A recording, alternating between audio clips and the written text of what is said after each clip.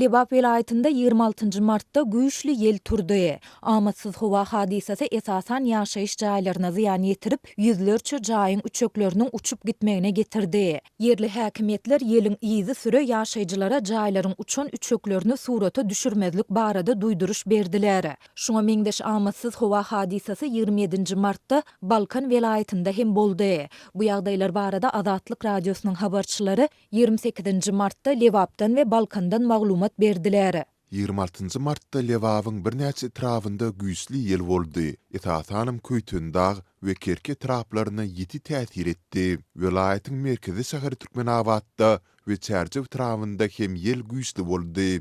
Dip Lebapdaky habarçymyz aýtdy. Köýtendağda we Kerkide güýçli ýel ýaşaýyş jaýlarynyň uçöklerini goparyp, uzak aralyga uçup gitmegine sebäp boldy. Yerli ýaşaýjylaryň ençemesi ýüzlerçe ýaşaýyş jaýynyň we mal ýataklaryň uçökleriniň uçup gidendigini aýdýar. Güýçli ýelden Türkmenabad şäherindäki we Çärçew etrafyndaky ýaşaýyş jaýlary hem ziýan çekdi. Habarçymyz güýçli ýel zerarly uçökleri gopan jaýlaryň anyk sanyny aýtmagyň kyndygyny belleýär. Ýöne habarçymyz Lewabyň häkimetleriniň amatsız howa hadisasynyň izi süre ýaşaýjylara jaýlaryň uçan uçöklerini surata düşürmezlik barada duýduruş berendigini aýdýar. Uçökleri uçan jaýlary we ýerlerdäki uçök bölüklerini surata aldyran oklar. Ýöne olar uçan uçökleri toplamak we arasalamak işlerini büdjet isgärlerini çekdiler. Häzir uçökler uçmadyk ýaly edip döwük sifirlary bir ýere basyp goýdular.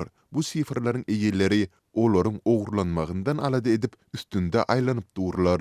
Dip yerli ýaşaýjy şaýat bolan ýagdaýlaryna anonim şertde gurrun berdi. Şoňa meňdeş amatsız howa hadisesi 27 Mart'ta Balkan vilayetinde hem boldy. Öýlen saat 2:30 töwereginde güýçli tozonly ýeliň turup başlamagy netijesinde Akdaş we Gyýanly şäherçelerinde köp gatly we hojalyk jaýlarynyň onlarçasynyň uçökleri gopup uçdy. Elektrik we telefon sütunlary ýykyldy, simler üzüldi. Türkmenbaşy şäherinde elektrik togy ýary giýje saat 1'e çenli azyndan 10 sapar kesildi. Elektrik bolmanlygy sebäpli agyz suw we ýyladyş ulgamlary kadaly işlemedi. Hususan da lagym hajatxana şäherde agyr mesele boldy diýip Balkandaky habarçymyz aýtdy. Ol aradan bir salym geçen soň buz gatyşykly ýagyş ýagyp başlandygyny, Türkmenbaşyda köp gatly jaýlaryň ýerdeminlerini ýagyş suwlarynyň basandygyny hem bellidi. Belentli pesli ýerde ýerleşen şäherde ýollardan akýan suwlar derýa we kanaly ýadyňa salýar diýip ýagdaýlardan habarly türkmenbaşyly ýaşaýjy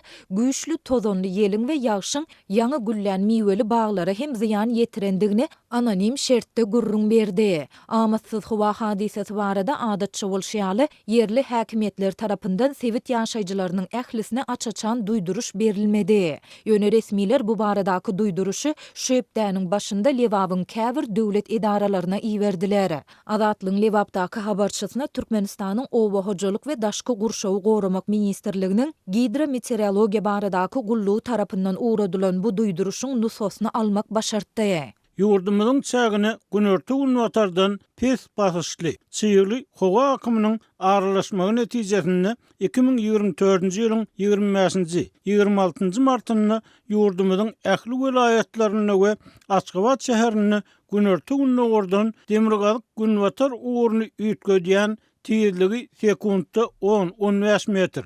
Käýerlerini 16-20 metre çenli ýetýän tozonly şemalyň bolmagyny, ýagşyň ýagmagyna we ýerlerin çakmagyny, şeýle hem dağ etek etraflarynyň sil suw akawalaryna ýagyş suwlarynyň emele gelmegini garaşylýar.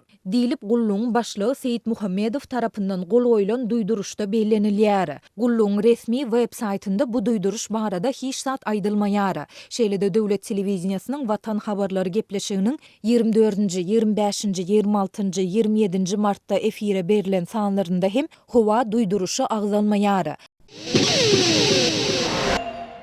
27 Mart'ta Aşgabatda siýahatçylyk barada halkara maslahat geçirilip Türkmenistanyna siýahatçylygy ösdürmegiň mümkinçilikleri ara alınıp maslahatlaşyldy. Emma yerli hünärmenler häkimetleriň özüňelik we ýapyklyk siýasatyndan el çekmeýändigini aýdyp, bu ýagdaýda siýahatçylygyň diňe ardy bolup galjakdygyny öňe sürýärler. Ýurdun iň esasy siýahatçylyk merkezleri bolan Awada, Könrügenç, Köýtennag, derwedäki açyk gaz ýatagyna baryp görjek adamlaryň kötençlikleri paýtagtda siýahatçylyga bagyşlanan halkara maslahatyň geçirilýän günlerinde hem saklanyp galdy. Ýagdaýyň gowlaşmagynyň hiç bir alamaty görünmeýär diýip Azatlygyň habarçysy habar berýär. Onun tasdiklamagyna görä, ýurdun siýahatçylygy üçin zerur bolan ulow, ara gatnaşyk infrastrukturasy 2 aýagy bilen agsaýar. Şuň gününe içerki siýahat uğurlary, ziyaratçylyk, kurort, şypahana, deňiz, dağ, çöl boýunça welaýatlar arasynda ulow we ara gatnaşyk uğurlary tassan ýok. Awadadan, Aşgabatdan beýleki siýahatçylyk nokatlaryna mehmanhanalar, din jalyş ýerleri, ulaglara hyzmat ediş nokatlary we beýleki iň bir gerekli düdümler döredilmeýär diýip yerli hünärmen Azatlygyň habarçysyna aýtdy. Awada Aşgabatda gurulan kaşak mehmanhanalardan otaq almak üçin diňe özüň baryp boş otaklarynyň bardygyny sorap bolýar, emma parasyz hiç bir mehmanhanada boş yer tapdyranok. Döwlet propagandasynda sanly ulgamyň ötüşi hakynda edilýän gürrüňler boş ýurdun hiç bir din jalyş nokady. Bütün dünýäde meşhur bolan bu kinkýaly öňünden yer saýlamak we broň etmek hyzmatlaryny hödürleýän sanly ulgama biriktirilmedi.